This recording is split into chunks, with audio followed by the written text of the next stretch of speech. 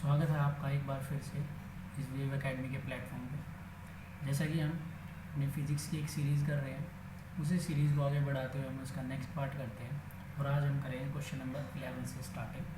So question number 11 है, we use alloys for making standard resistors because they है। तो अब ऑप्शन हमारे पास दे रखा है कि अलॉयज को यूज़ किया जाता है स्टैंडर्ड रजिस्टर बनाने के लिए। तो इसका जो बेस्ट रीजन है वो है option 1, low temperature coefficient of resistivity and high specific resistance. Next भी हम देख लेते हैं और क्या क्या दे रखा है हमें। High temperature coefficient of resistivity, ये बिल्कुल गलत हो जाएगा यहाँ। ये भी low temperature of resistivity and low specific resistance, ये भी गलत है क्योंकि ये लो स्पेसिफिक रेजिस्टेंस नहीं आएगा, यहाँ होगा हमारे पास हाई स्पेसिफिक रेजिस्टेंस। सो हम नेक्स्ट क्वेश्चन की तरफ मूव करते हैं। Question number 12, the constant voltage is applied between the two ends of a uniform metallic wire, heat दे रखा है H, वो डेवलप होता है। और एक हमारे पास कोई दूसरा वायर है और सेम मटेरियल का है, तो इट मीन्स रजिस्टिविटी दोनों वायर्स की सेम रहेगी। रेडियस है उसका डबल कर दिया जाता है और लेंथ उसकी and twice the length as compare to the original wire. तो हीट डेवलप बताना है हमें कि कितना हीट डेवलप होगा। तो हम यहाँ पर दो केस रख लेते हैं। एक हमारे पास केस 1 रखते हैं इधर, केस 1, और दूसरा हो जाता है जी केस 2। तो हमारे पास ये दो केस हो जाएंगे। तो एक में दे रखा है हमारे पास जो रेजिस्टेंस की वैल्यू फर्स्ट के लिए लेंथ मान लेते हैं L1 है, तो L1 इक्वल्स टू L हो जाएगा। और इस केस के लिए हम लेंथ लेते हैं L2, और ये कितना हो जाएगा, ये हो जाएगा जी हमारे पास कितना दे रखा है, ट्वाइस द लेंथ, तो ये 2 टाइम्स हो जाएगा L। नेक्स्ट हमारे पास इधर देखते हैं हम। सो इसके लिए रेडियस मान लेते हैं R1 और इसके लिए रेडियस हो जाएगा R2। सो रेडियस दे रखा है हमें फर्स्ट के लिए, तो मेंशन ही नहीं है तो हम उसको R मान लेते हैं यहाँ पर, और सेकंड के लिए दे रखा है डबल द रेडियस, तो डबल हो जाएगा तो 2 टाइम्स ऑफ R। और हमें यहाँ से रेजिस्टेंस निकालना है, तो रेजिस्टेंस और रजिस्टिविटी भी देख लेते हैं। तो रजिस्टिविटी तो सेम ही रहेगी दोनों केस के लिए। तो जो रेजिस्टेंस होगा R1 इस केस के लिए वो होगा R रो L1 बाय A1। सो और इस केस में R2 हो जाएगा रो L2 ओवर A2। अब हमें दे रखा है रेडियस, तो रेडियस से हम इसका क्रॉस सेक्शनल एरिया निकाल लेंगे। सो वो होगा हमारे लिए R1 equals to rho L over pi R1, sorry guys इसको थोड़ा सा साइड में कर लेते हैं, अपॉन A1। सो यहाँ से देखते हैं इधर R1 होगा हमारे लिए रो L over A pi R square, और ऐसे ही R2 निकाल लेंगे। सो R2 हो जाएगा रो L 2 times of L upon pi 4 times of R square, क्योंकि 2 का स्क्वेयर 4 हो जाएगा। सो अब हम इन दोनों का हीट निकाल लेंगे। तो हीट डिसिपेट कितना होगा, तो वो होगा H equals to that would be V square upon R into T, और इधर जो हीट डिसिपेट हो रहा है तो वो होगा V square over R into T. तो पोटेंशियल तो सेम ही रहने वाला है, तो रेजिस्टेंस R1 और रेजिस्टेंस R2। सो इन दोनों का ये लिए हमारे लिए हुआ। सो इधर देखते हैं H2 बाई H1 करना है, तो H2 की वैल्यू है हमारे पास इधर से V square upon R2 into T into H1 की वैल्यू है V square upon R1 into T. T से टी कैंसिल आउट हो जाएगा, इधर V स्क्वेयर से V स्क्वेयर भी कैंसिल आउट हो जाएगा। अब हमारे पास H2 बाई H1 होगा R1 बाई R2, और हम इधर से देख सकते हैं R1 की वैल्यू है, ये हमारे पास R1 की वैल्यू है रो L by pi R square into R2 की वैल्यू ये है। सो यहाँ से रखते हैं हम इधर 2 times of rho L upon 4 pi R square. So R square से इधर R square cancel out, pi से pi cancel out, rho L से rho L cancel out. So 4 से ये 2 1 जा 2, 2 2 जा 4। सो H2 by H1 equals to 2, और H2 equals to 2 times of H1, and H1 is represented by H, so H2 equals to 2 times of H. So your option number third is correct. Move to next question. अब next question क्या है हमारे पास? Question 13. If the potential difference V applied across a conductor is increased to 2V, so its temperature keep constant, the drift velocity of the free electrons conductor. तो drift velocity बतानी है हमने कि अगर हमने पोटेंशियल को इंक्रीज कर दिया 2 टाइम्स तो ड्रिफ्ट वेलोसिटी पर क्या इफेक्ट होगा. तो हम एक एक्सप्रेशन देखते हैं. हमें पता है drift velocity equals to E tau by M. अभी मैं नेगेटिव साइन को इग्नोर कर रहा हूँ. So E tau by M. अब इधर वी डी क्या है? वी डी है drift velocity of electron. Drift velocity.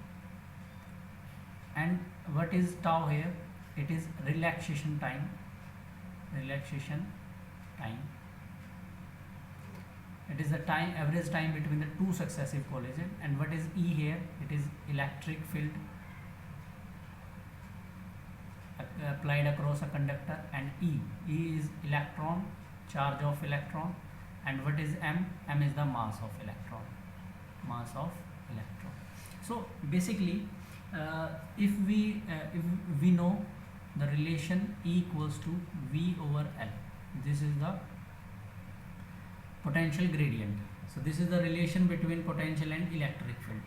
So we can substitute VD equals to V over V into tau by ml. So you can see the direct relation of drift velocity with potential. So you can say drift velocity is directly proportional to potential. If we are saying that the temperature keep constant, it means अगर temperature constant, temperature क्या है? constant है, तो जो हमारे पास relaxation time है ये भी क्या हो जाएगा? constant हो जाएगा. किसकी वजह से? temperature की वजह से. So हम बोल सकते हैं कि drift velocity directly proportional होगा potential difference के. अगर हमारे पास इधर है कि ड्रिफ्ट वेलोसिटी बतानी है, अगर पोटेंशियल 2 टाइम्स है तो ड्रिफ्ट वेलोसिटी भी 2 टाइम्स ही होगी. तो हम ऑप्शन थर्ड करेक्ट कर सकते हैं इधर से. Next question is question number 14. सो दे रखा है हमें कि इक्विवेलेंट रेजिस्टेंस बताना है ए और बी के बीच में. तो कुछ ऐसा डायग्राम दे रखा है. तो जैसा कि मुझे भी ये दिख रहा है कि थोड़ा सा अनविजिबल है, तो इसको ये लिखा है हमारे पास 3 ohm and this is your 6 ohm and this is your 8 ohm and this is your 30 ohm. अब हमें देखना है कि इनका इक्विवेलेंट रेजिस्टेंस क्या होगा. तो हम यहाँ से बेसिकली इस पॉइंट को मार्क कर लेते हैं ए, और यहाँ से देखते हैं तो 3 and 6 दोनों पैरेलल में है.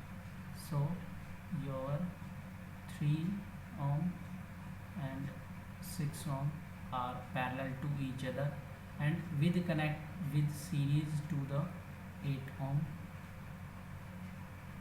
ये सीरीज में कनेक्ट है और यहाँ से हमारे पास 30 ohm इस कॉम्बिनेशन के साथ पैरेलल में है. And here you have point B. This is your 3 ohm and this is your 6 ohm.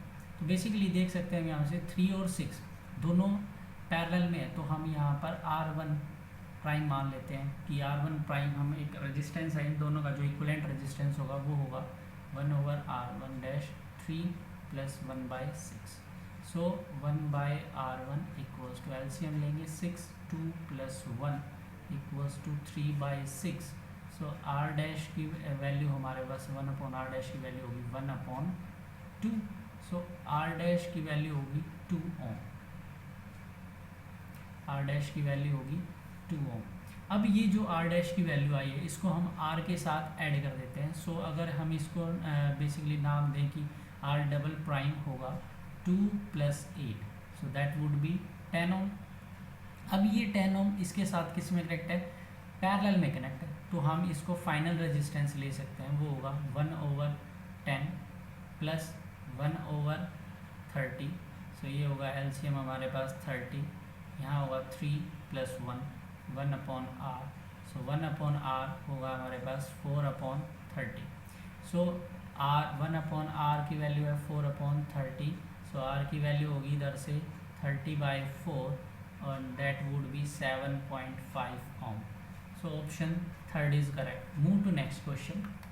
Next question है ऐसा unit of magnetic field intensity. ये बहुत फ्रीक्वेंटली क्वेश्चन पूछा जाता है कि ऐसा unit of magnetic field intensity, और यहाँ पर डायमेंशन फॉर्मूला भी पूछ सकते हैं मैग्नेटिक फील्ड का।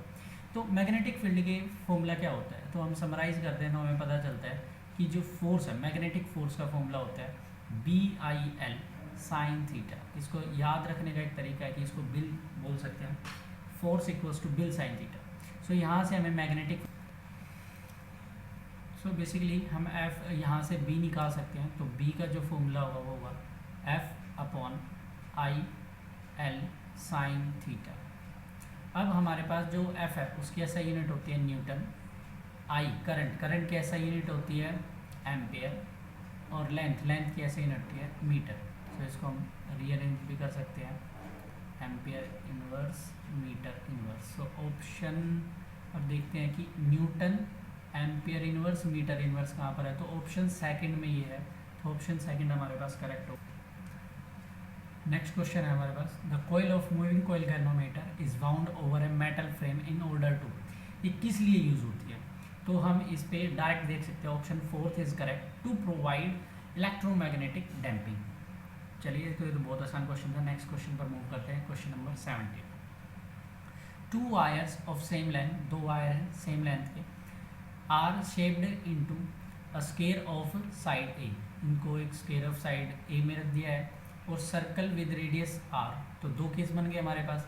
If they carry same current, अगर दोनों में सेम करंट है तो हमें बताना है मैग्नेटिक मोमेंट का रेशो बताना है। तो हम फिर से वही काम करते हैं, तो इधर केस 1 रख लेते हैं। So this is case 1 and this is your case 2। सो ये केस किसका है, ये केस है स्क्वायर का, और ये केस किसका है, ये है सर्कल का। लेंथ दोनों में सेम है वायर की, तो लेंथ सेम है। लेकिन सर्कल में हमें पता है, सॉरी स्क्वायर में हमें पता है कि साइड ए ए ए ए, मतलब कि जो लेंथ होगी हमारे पास वो कितने, L इक्वल्स टू होगा 4a। लेकिन ये हमारे पास सर्कल है, तो सर्कल का ये रेडियस दे रखा है, तो हमें पता है कि जो लेंथ होगी वो किसके इक्वल होगी, 2πr के इक्वल होगी। तो यहाँ से हम रेडियस निकाल लेते हैं, तो ये होगा हमारे पास L/2π, और यहाँ से अगर हम साइड निकालते हैं इन टर्म्स ऑफ L, तो वो होगा L/4। अब हमें क्या निकालना है, मूवमेंट, मैग्नेटिक मूवमेंट निकालना है। तो मैग्नेटिक मूवमेंट का फॉर्मूला होता है, इसको म्यू से रिप्रेजेंट भी कर देते हैं, कैपिटल M से भी कर देते हैं। सो मैग्नेटिक मूवमेंट का फॉर्मूला होता है IA। सो IA क्या हुआ, अब इधर I क्या है और A क्या है, IA। सो I होता है करंट, A होता है एरिया। इसको NI में लिख देते हैं, number of turns. So basically हमारे पास इधर एक ही टर्न है, तो हम उसको मेंशन ही नहीं कर रहे इधर। सो IA। अब I तो दोनों में सेम है, करंट की वैल्यू सेम है, तो यहाँ लिख देते हैं कि I दोनों के लिए सेम है, I सेम है। और बेसिकली का एरिया चाहिए, तो एरिया A1 निकाल लेते हैं। तो A1 ये केस 1 के लिए, ये केस 2 के लिए। सो A1 क्या होगा इधर हमारे पास, A1 होगा, अब स्क्वायर का एरिया क्या होता है, सो स्क्वायर का एरिया होता है A²। So A means L²/16, और सर्कल का एरिया होता है A2 मीन्स πr²। सो ये होगा पाई इंटू आर की वैल्यू है हमारे पास L/2π। सो ये होगा इंटू L²/4π²। सो पाई से पाई इधर हमारे पास कैंसिल आउट हो जाएगा। सो A2 हमारे पास आएगा इधर से L²/4π। अब हमें निकालना है कि इनका रेशो M1/M2। तो मैग्नेटिक मोमेंट का जो रेशो होगा वो होगा, अब करंट दोनों के लिए सेम है, एरिया है L²/16 upon I into L²/4π। So L से L कैंसिल आउट हो जाएगा, L² से L² भी कैंसिल आउट हो जाएगा। यहाँ से 4 जा 16, तो M1/M2 होगा हमारे लिए π/4। सो π/4 देखते हैं, तो option third is correct. Move to next question, question number 18।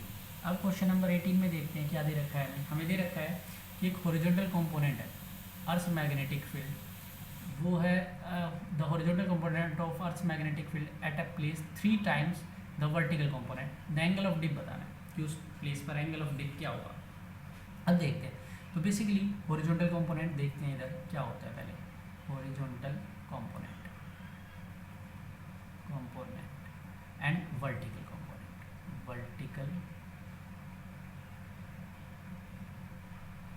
Component.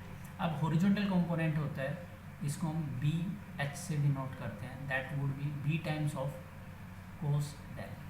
And vertical component को हम डिनोट करते हैं बी वी से equals to B times of sine del. अब ये डेल क्या है, तो सबसे पहले तो इसको देख लेते हैं, ये है angle of dip and B is the magnetic field या फिर earth magnetic field, sorry capital earth magnetic field. So अभी हमें निकालना है कि vertical component sorry angle of dip निकालना है। सो हम यहाँ से डिवाइड कर सकते हैं B V by B H equals to B sine del upon B cos del. So B से भी कैंसिल आउट हो जाएगा, इधर हमारे लिए आएगा tan del. B V by B H होगा 10 डेल के इक्वल। अब यहाँ से हमें एक क्वेश्चन में दे रखा था कि हॉरिजॉन्टल कंपोनेंट इज 3 टाइम्स, तो horizontal component means B H equals to root 3 times of B V. यहाँ हम इस एक्सप्रेशन में इस वैल्यू को रख देंगे, तो ये होगा B V by B H की जगह रखेंगे root 3 into B V equals to 10 del. B V से B V cancel out, so 1 upon root 3 equals to 10 del. और ये वैल्यू कहाँ पर होती है, 10 pi by 6 equals to 10 del. So हमारे पास डेल की वैल्यू है pi by 6। Your option number 1 is correct. Move to next question. So next question है the small angle between the magnetic axis and the geographic axis. अब मान लेते हैं ये हमारे पास अर्थ है, ये होगा जियोग्राफिक एक्सिस, मान लीजिए नॉर्थ है और ये साउथ है, और ये होगा मैग्नेटिक एक्सिस, तो ये क्या होगा साउथ और ये नॉर्थ मैग्नेटिक। अब हमें बताना है कि इन दोनों के बीच में जो एंगल होता है उसको क्या बोलते हैं। तो देखिए ये जो एक्सिस है, इनसे जो प्लेन पास करता है उनको बोलते हैं मेरिडियन। सो ये जियोग्राफिक एक्सिस है, तो जियोग्राफिक एक्सिस से जो प्लेन पास करेगा उसको बोलेंगे जियोग्राफिक मेरिडियन। और मैग्नेटिक एक्सिस से जो प्लेन पास करेगा उसको बोलते हैं मैग्नेटिक मेरिडियन। तो ये ऑप्शन तो दोनों हो ही नहीं सकते, तो बचे ये दो ऑप्शन। अब magnetic declination and magnetic inclination, तो जो इन दोनों के बीच में एंगल बनता है वो होता है मैग्नेटिक डिक्लाइनेशन, उसी को बोलते हैं angle of declination. So option 4th is correct. Move to next question. 20th. Two coils are placed close to each other. The mutual inductance of the pair of the coil depends on. तो ये किस चीज़ पर depend करता है, तो देखिए option क्या क्या दे रखे हैं। Rate at which the current changes in the two coils, rate at which the voltage across the two coils, current in the two coils। Basically option 2nd is correct, relative position and the orientation of the coils।